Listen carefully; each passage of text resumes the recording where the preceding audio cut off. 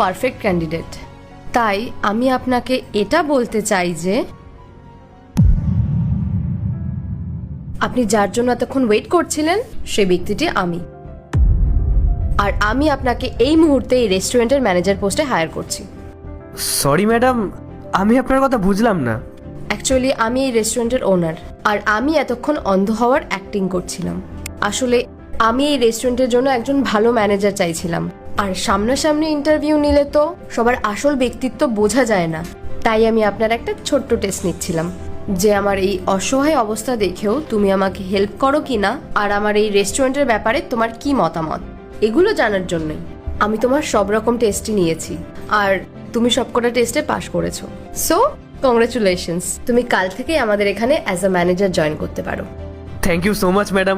আমি তো ভাবতেও পারছি না যে আমার ইন্টারভিউ এভাবেও হতে পারে। দেখো, জীবনে চলার পথে যেরকম সিচুয়েশনই আসুক না কেন, তুমি এরকম সৎ থাকবে। আর ইন ফিউচার যদি তুমি আরো ভালো কোথাও যেতে চাও, সেখানেও এরকম সৎ থাকবে, দেখবে জীবনে সব কিছু ভালো হবে। তাহলে এখন আমি আসি, আর আজকে থেকে এই রেস্টুরেন্টের সম্পূর্ণ দায়িত্ব তোমার উপরে, আর আশা রাখছি তুমি এই দায়িত্বটাকে খুব ভালোভাবে পালন করবে। Thank you so much madam.